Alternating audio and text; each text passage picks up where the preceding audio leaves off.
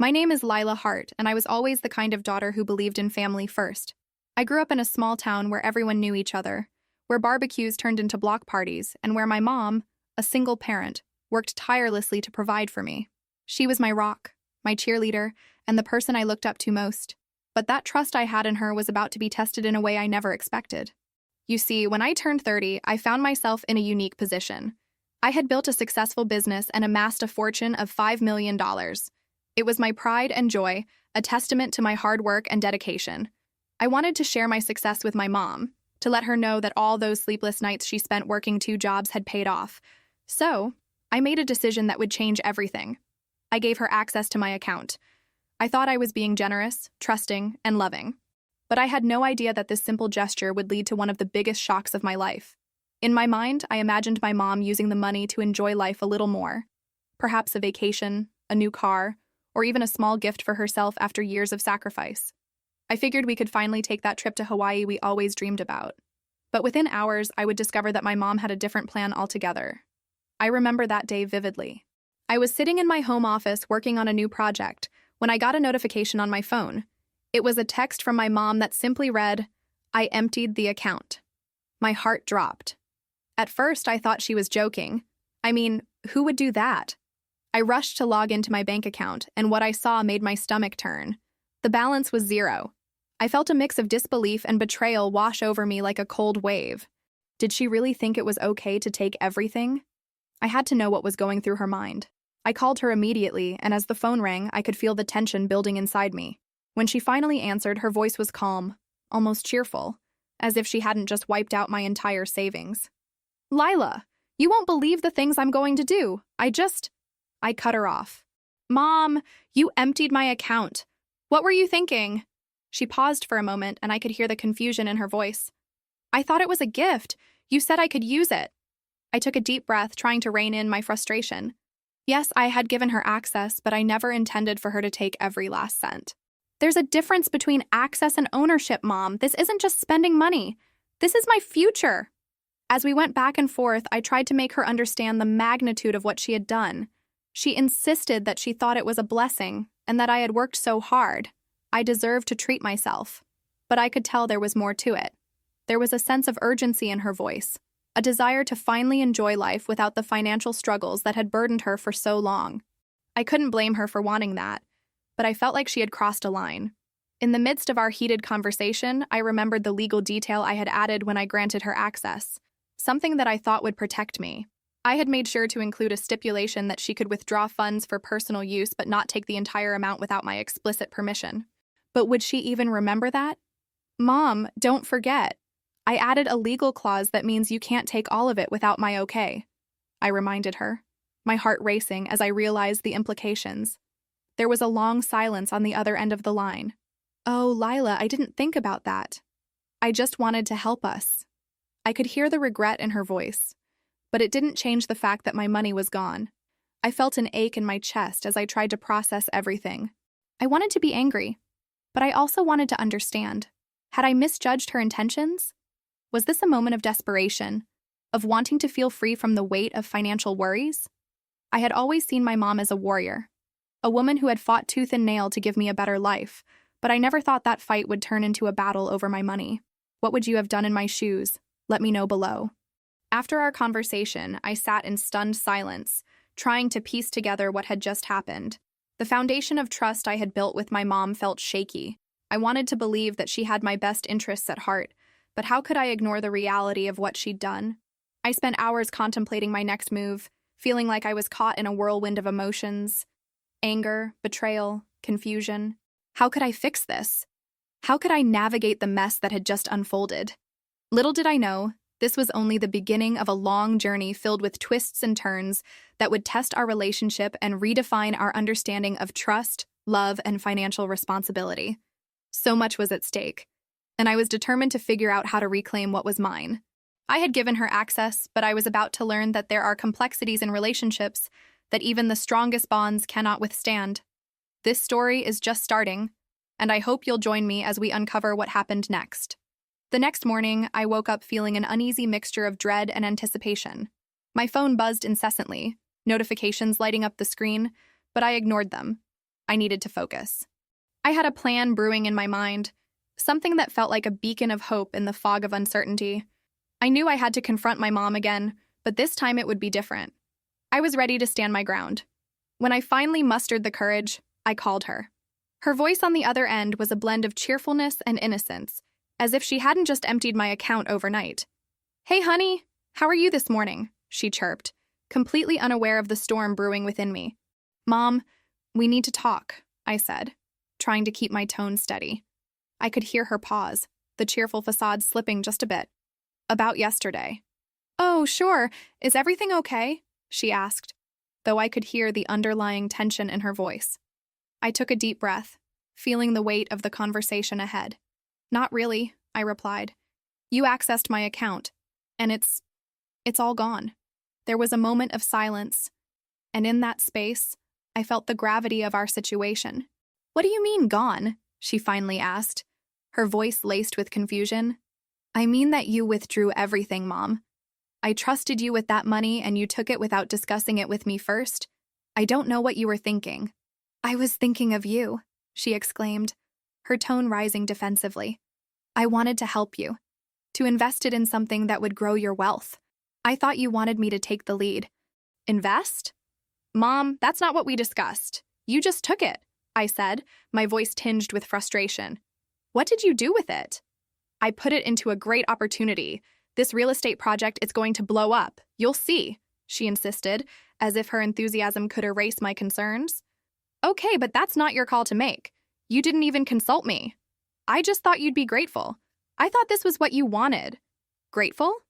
I feel violated, Mom. You took something that wasn't yours. You broke my trust." Her silence spoke volumes. I could almost hear her mind racing, trying to piece together her actions and their implications. Finally, she said, "I'm sorry if I overstepped. I just wanted what was best for you." "Best for me or best for you?" I pressed, my heart pounding. "You're not the only one who deserves to be secure.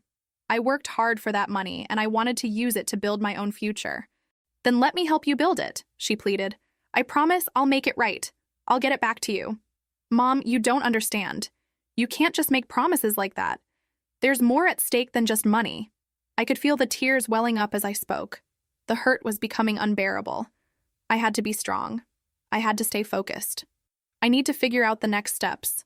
I'm going to consult a lawyer to understand my options." "Lawyer? Really? You think it's come to that?" "Yes, because I need to protect myself. This is about accountability, Mom." Her sigh was heavy with resignation. "I never meant for it to come to this." "I know you didn't, but intentions don't change outcomes." That conversation left me feeling hollow. I hung up, staring blankly at the wall, grappling with the reality that my mom, the person I had always relied on, had crossed a line that felt irreparable.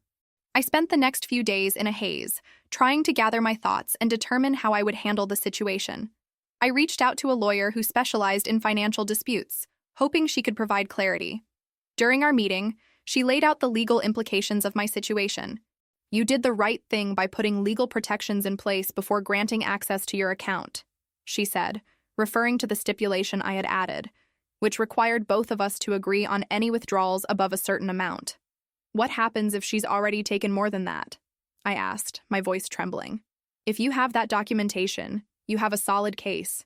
You can take legal action to reclaim your funds. However, it's a lengthy process and could strain your relationship further."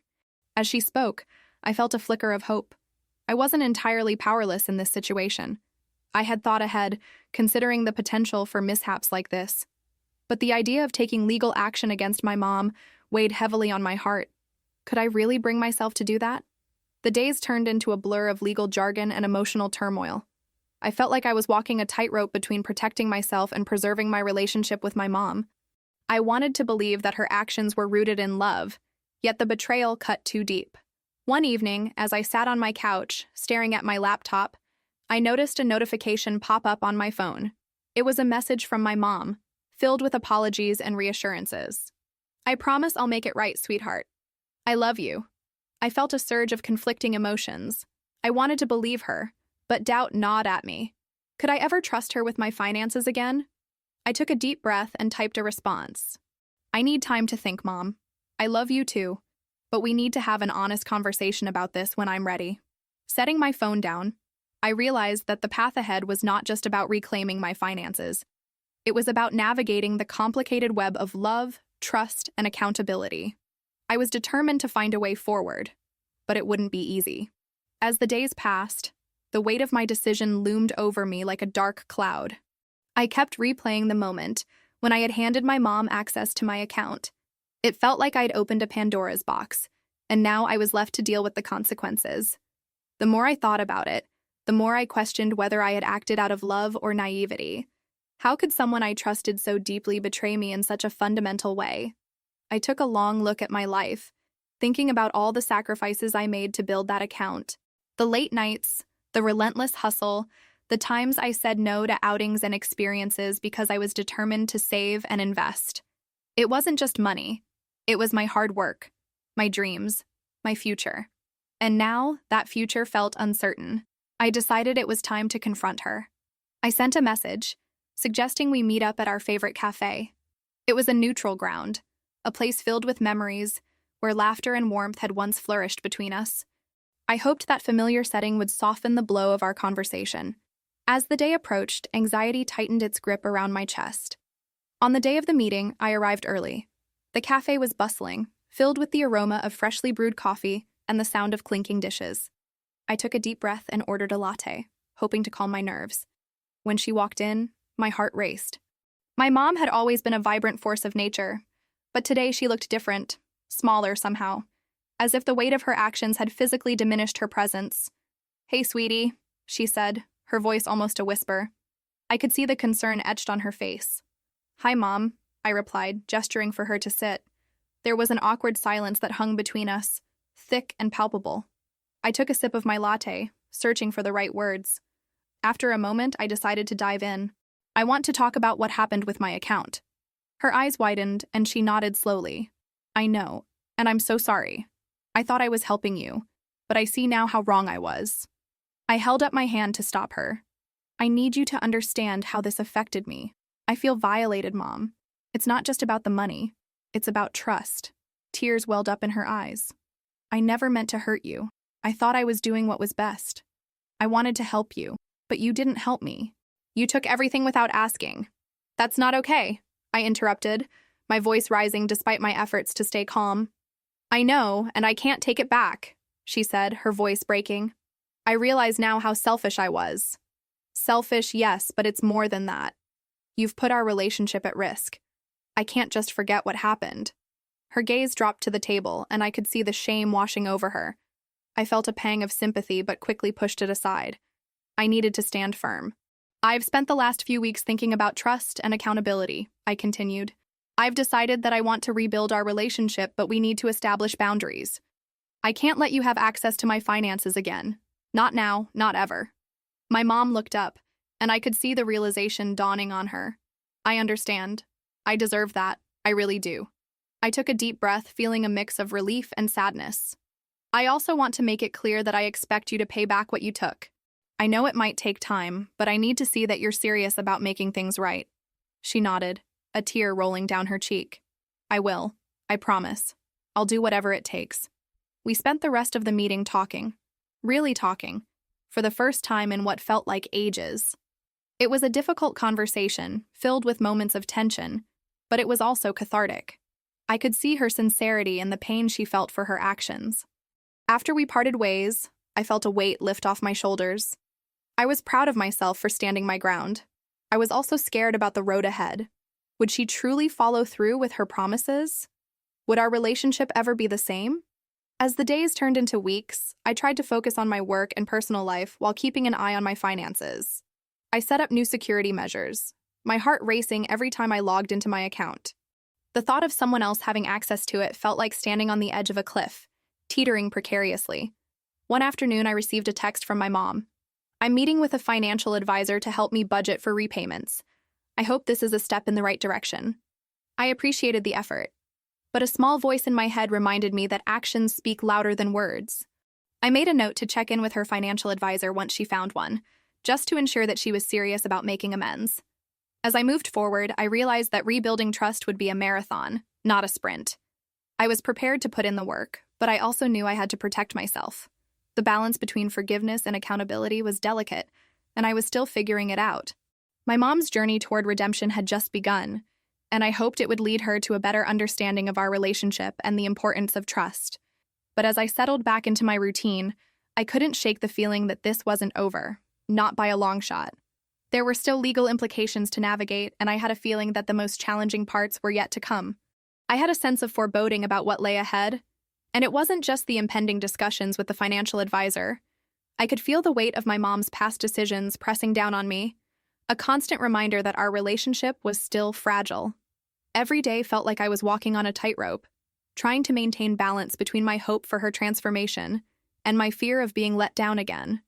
A week later, I found myself sitting in a small cafe, the kind with mismatched furniture and a chalkboard menu that boasted of artisanal everything. I was meeting my mom after her appointment with the financial advisor. I had asked her to share what she learned, hoping for some clarity and a glimpse of her commitment to change. I arrived early, stirring my coffee and watching the world bustle outside, my heart pounding with anticipation and anxiety. When she walked in, I barely recognized her. There was a new light in her eyes, a spark that felt both familiar and foreign. She approached the table with a hesitant smile, as if trying to gauge my mood before fully committing to the conversation. "Hey," she said softly, sliding into the chair across from me. "Thanks for meeting me." "Of course," I replied, forcing a smile. "How did it go?" Her expression shifted as she launched into a detailed account of the meeting. "The advisor was really helpful," she began, her voice gaining momentum. "We went over my debts, and he helped me create a budget. I didn't realize how much I was spending on unnecessary things. I have a plan now." As she spoke, I felt a cautious optimism begin to bloom within me. This was the first time in a long while that I heard her take responsibility.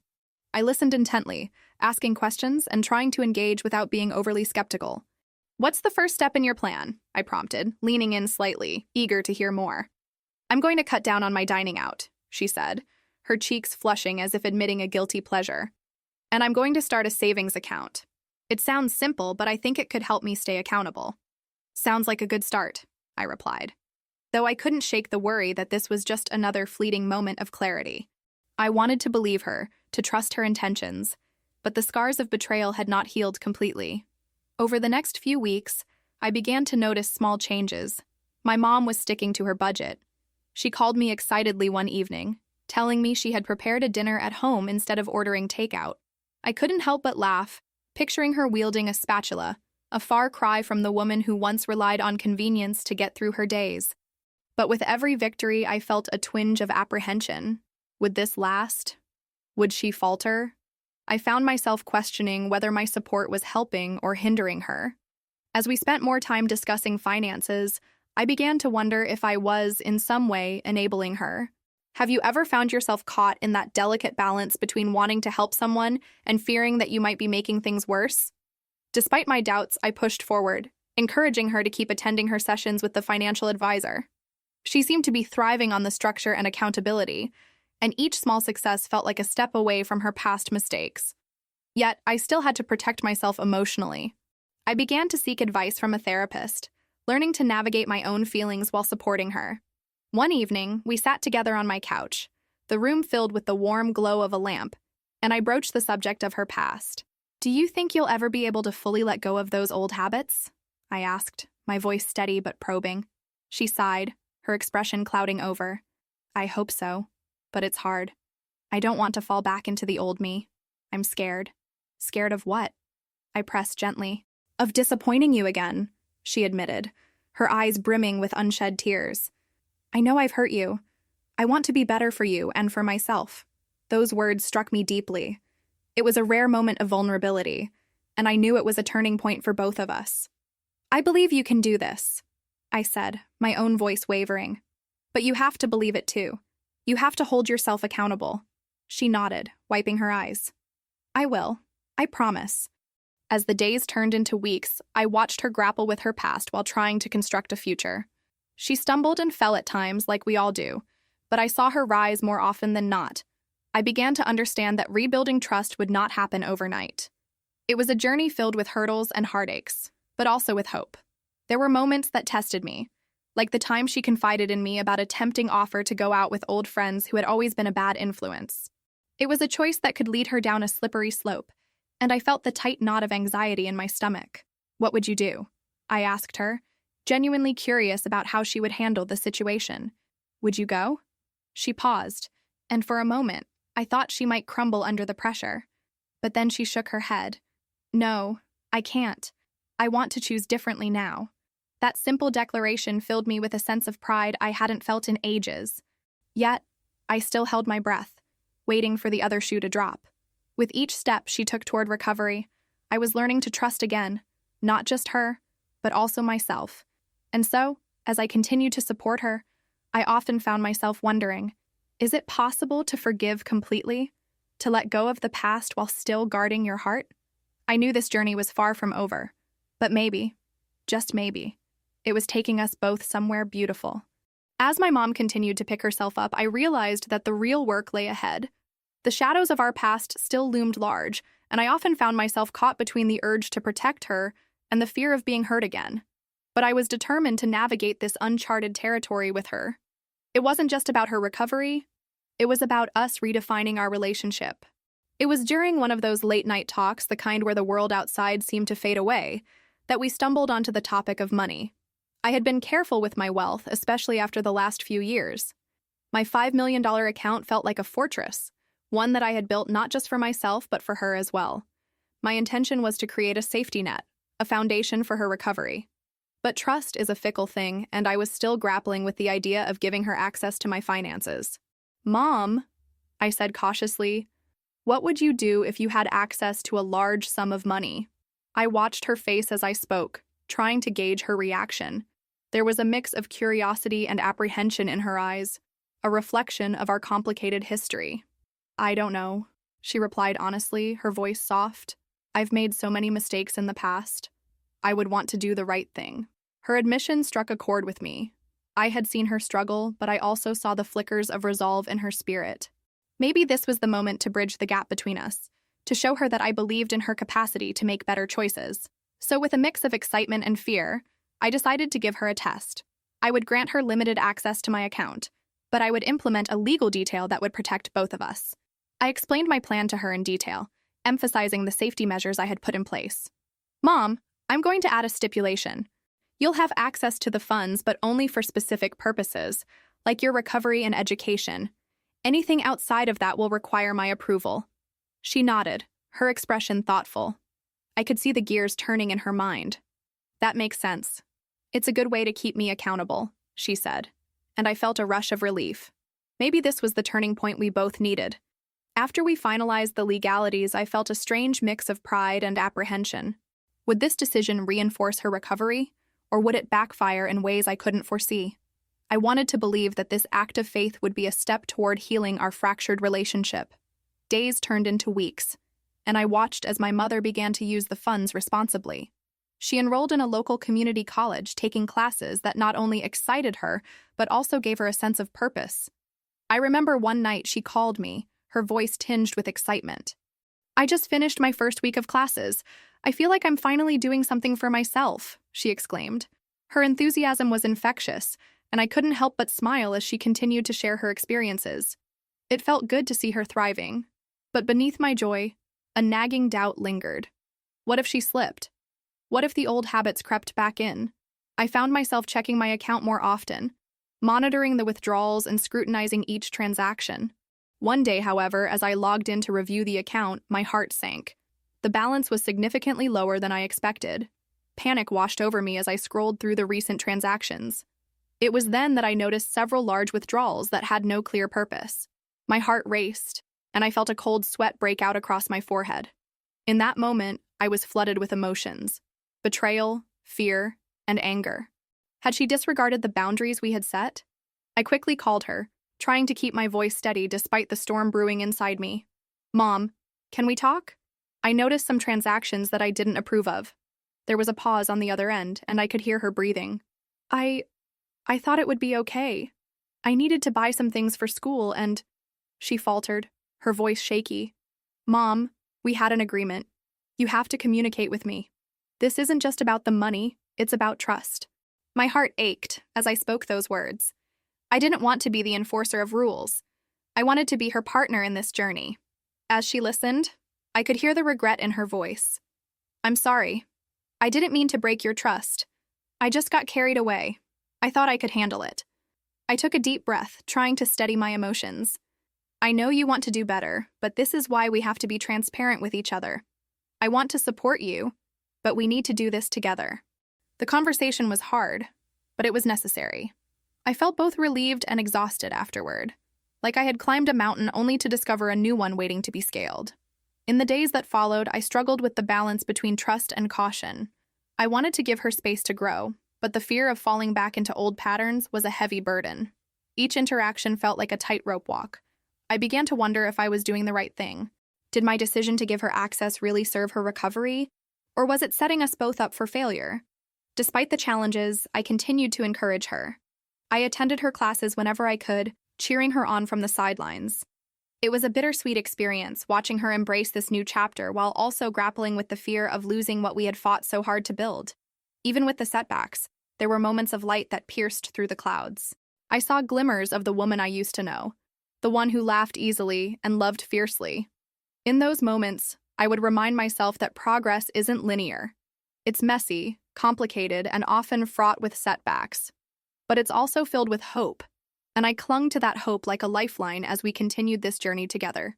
Each time I saw that spark in her eyes, a part of me dared to dream that this time would be different. I remember one afternoon, sitting in a quaint little cafe that had quickly become our favorite spot. The aroma of freshly brewed coffee wafted through the air as I watched her animatedly share a story about one of her classmates.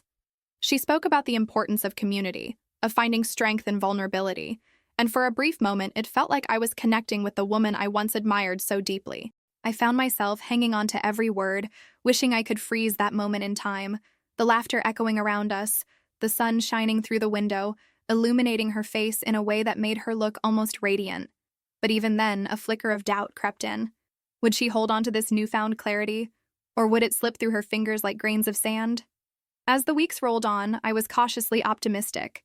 She worked hard, and I could see the transformation taking place both inside and out. She started to make friends, genuine connections, and I could tell they were good influences. Slowly, my fears began to dissipate, replaced by a sense of pride. I had to remind myself that recovery is not just about sobriety. It's about rebuilding a life, one brick at a time. Yet, a gnawing feeling lingered at the back of my mind. I had given her access to my account, trusting her to make responsible decisions. There were moments when I would check my phone, heart racing as I logged in to see the balance. It was a constant battle between wanting to believe in her and the instinct to protect what I had worked so hard to achieve. I had to remind myself that trust is not just given. It's built over time. I wanted her to prove to me, to herself, that she could handle the responsibility. One evening, as I was scrolling through my phone, I noticed a notification from my bank. My heart dropped when I realized that there had been a significant withdrawal. I felt the blood drain from my face as I logged in to see the details. It was a large sum, one that made my stomach churn.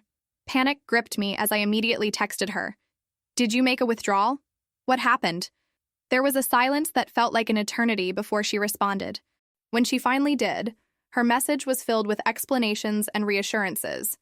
She had indeed made a withdrawal, but insisted it was for a good reason. An investment opportunity, she claimed.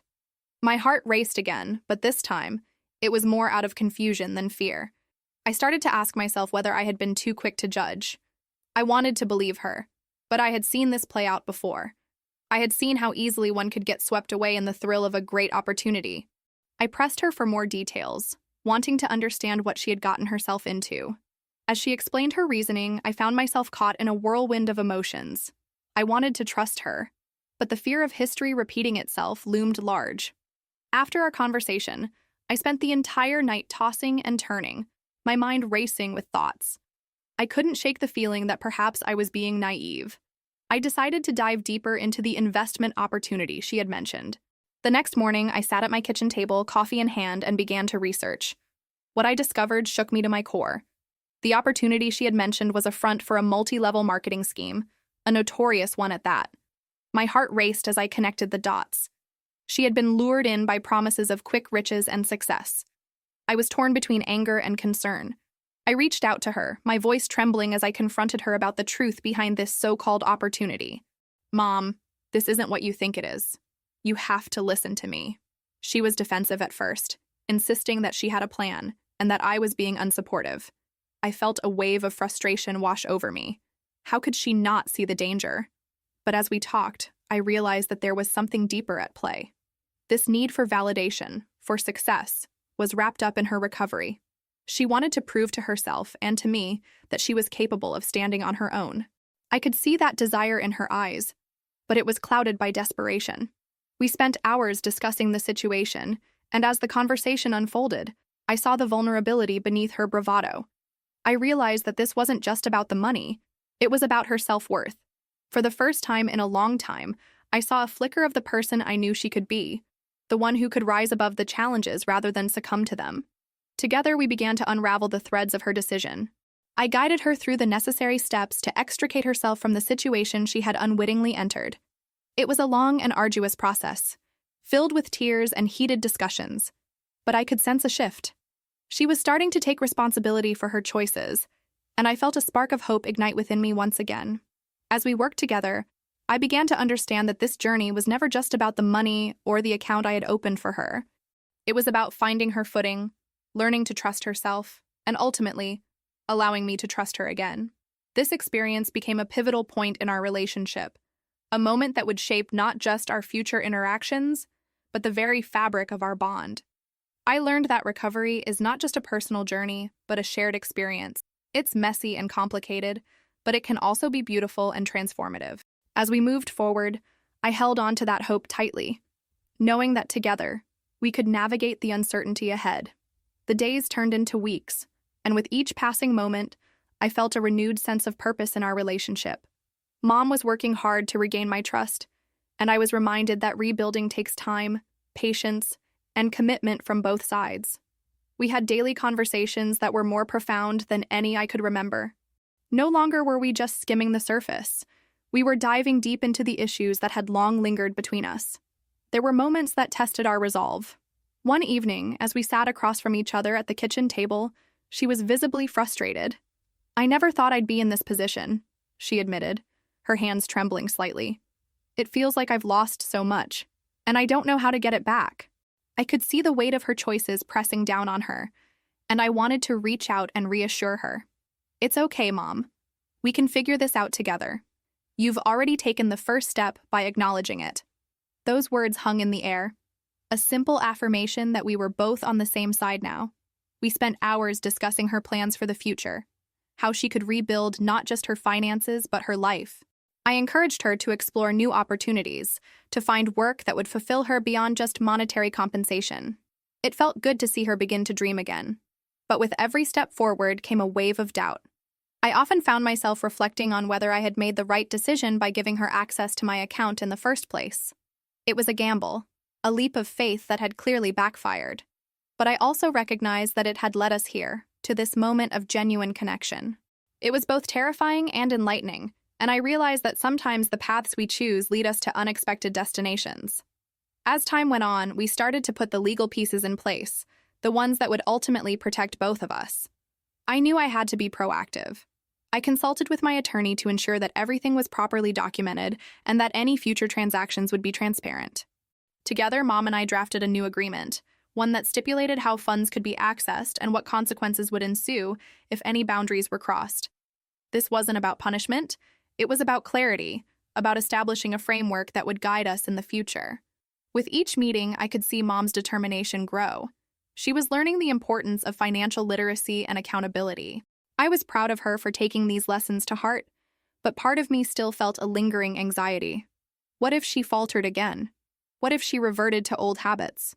I had to remind myself to give her grace, to allow her the space to stumble. After all, we were both learning.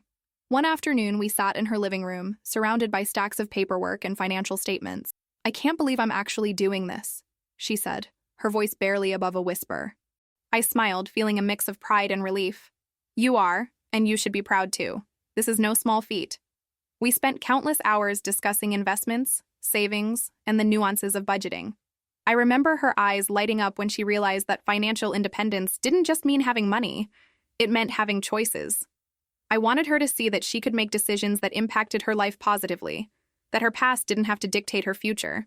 But the true test came when we decided to revisit the account itself. I'll never forget the look on her face when I opened my online banking app. There it was, the account we had once viewed with so much trepidation, now a symbol of our journey. "This is what it looks like when you take control," I said softly, a hint of excitement in my voice. She reached out, hesitating for a moment before placing her finger on the screen. "Can I?" she asked, her voice tinged with both fear and hope. "Absolutely," I replied, encouraging her to explore. We navigated through the details together, examining transactions and discussing the choices that lay ahead. It felt surreal, empowering, and strangely healing. We were no longer just mother and daughter. We were partners in this endeavor, two people committed to moving forward. Yet, even as we celebrated these small victories, I couldn't shake the feeling that there was something more to learn, something deeper that still needed to be addressed. I started to wonder about her motivations, about what had driven her to make those earlier choices. Why had she felt the need to take such a drastic action? It was during one of our late-night conversations that I finally broached the subject. "Mom, can we talk about what was going on for you back then?" I asked gently. She shifted in her seat, her eyes clouding over with memories. "I was lost," she admitted. "I thought if I could just take what was there, I could solve my problems. I didn't realize how much it would hurt you, how it would set us back." Her honesty struck a chord within me. It was a reminder that her actions, however misguided, stemmed from a place of pain and confusion. This was not just about money, it was about her own struggles, her own journey toward healing. As we delved deeper into the roots of her behavior, I felt a strange sense of clarity wash over me. Maybe this was the turning point we needed. A moment to not just understand the past, but to pave a new path forward. I realized that forgiveness was not just about what she had done, but also about recognizing her humanity, her imperfections, and her willingness to grow. So we continued our dialogue, weaving through the complexities of our relationship, and slowly I could feel the boundaries that had previously divided us begin to dissolve. In that space, we became more than just mother and daughter. We became allies, working together to build a future that was brighter, stronger, and rooted in understanding. The days following that conversation felt like a gentle unfolding of layers that I didn't even know existed between us. Each day brought new insights, new reflections on our shared journey, and while the weight of the past still lingered, it was no longer an anchor holding us down. Instead, it became a foundation upon which we could construct something beautiful. I often found myself thinking about how easy it is to get lost in the chaos of life, to forget the people who matter most in our lives, and to overlook the bonds that tie us together. As we sat across from each other at the kitchen table, I watched her pick at her breakfast. The silence was no longer heavy. It was filled with an unspoken promise of healing. I took a deep breath and opened up about my own struggles, my own fears, and how her actions had echoed in my own life choices. I told her how her absence during crucial moments had left me feeling invisible, like a shadow in my own home. It was important for me to articulate my feelings, not as an accusation, but as a way to express my own vulnerabilities. I could see the flicker of recognition in her eyes as she absorbed my words. "I never meant to make you feel that way," she said softly. "I was so caught up in my own world that I didn't see how it affected you." And just like that, we were bridging the gaps. This wasn't about blame or shame. It was about understanding and navigating our individual journeys. We shared stories from our past, memories that had once been laced with bitterness but now felt like stepping stones toward reconciliation. I remembered the time she tried to bake a cake for my birthday and ended up with a kitchen disaster that left flour dust everywhere. We both laughed at the memory, and for the first time in a long while, it felt like we were truly connecting. We were no longer mother and daughter weighed down by resentment. We were two women trying to navigate the complexities of life together. But healing isn't linear, and I knew there would be days when old wounds would resurface. There were moments I would catch myself slipping back into anger, into sadness, but I also learned to recognize those feelings for what they were: temporary. I began to understand that it was okay to have those emotions. It was part of the process. As we continued to rebuild our relationship, I felt an overwhelming sense of gratitude. I understood that forgiveness isn't about erasing the past. It's about choosing to move forward despite it. I started to appreciate my mother's journey, the weight she carried, and how it shaped her decisions. It was a revelation that deepened our bond, a reminder that we're all fighting battles no one else can see. One evening, while we were folding laundry together, I turned to her and asked, "What do you think is the biggest lesson you've learned through all of this?" She paused, her hands stilling as she considered my question. "That love isn't always enough," she finally said. "It has to be accompanied by understanding and communication. I thought I was doing the right thing by protecting you, but in reality, I was just pushing you away." Her honesty made me reflect on my own lessons. "I think I've learned that vulnerability can be a strength," I replied. "It's scary to open up, but when you do, it creates space for real connection." We exchanged smiles, and in that moment, I felt like we were finally on the same page, both aware of the work still ahead but ready to embrace it together. As the weeks turned into months, I noticed subtle changes in our daily lives. Our conversations became deeper, our laughter more frequent, and our silences more comfortable. We started to share new traditions, like movie nights or cooking together on Sundays. Each moment felt like a small act of defiance against the past, a celebration of our renewed commitment to each other. But there were still tough days. There were times when old patterns crept back in, and I would feel overwhelmed by frustration or sadness. During one of those moments, I found myself sitting in my room, tears streaming down my face, and I questioned if we could truly recover from everything. I picked up my phone and posted a simple question to my followers. How do you deal with feelings of doubt when trying to rebuild a relationship? The responses poured in, filled with empathy and shared experiences, reminding me that I was not alone in this journey. One comment stood out to me. "It's okay to have setbacks. Healing is not a straight path. Just keep choosing to move forward." Those words resonated deeply with me, reinforcing the notion that while the road may be winding, every step taken in love and understanding counts. As I reflect on our journey now, I see how far we've come. The road to healing hasn't been easy, but it's been so worth it. I can't say we fixed everything. There are still remnants of hurt and misunderstanding, but we've learned to communicate, to listen, and to support each other in ways we never did before. What's truly remarkable is how this experience has transformed not just our relationship, but also me. I've become more resilient, more open to vulnerability, and more committed to nurturing the connections in my life. I've learned that forgiveness is an ongoing process, not a one-time event. It's a commitment to understanding, growth, and love, even when it's hard. As I end this chapter of our story, I look forward to the future with hope and excitement. What about you? Have you ever faced a challenge in a relationship that made you question everything?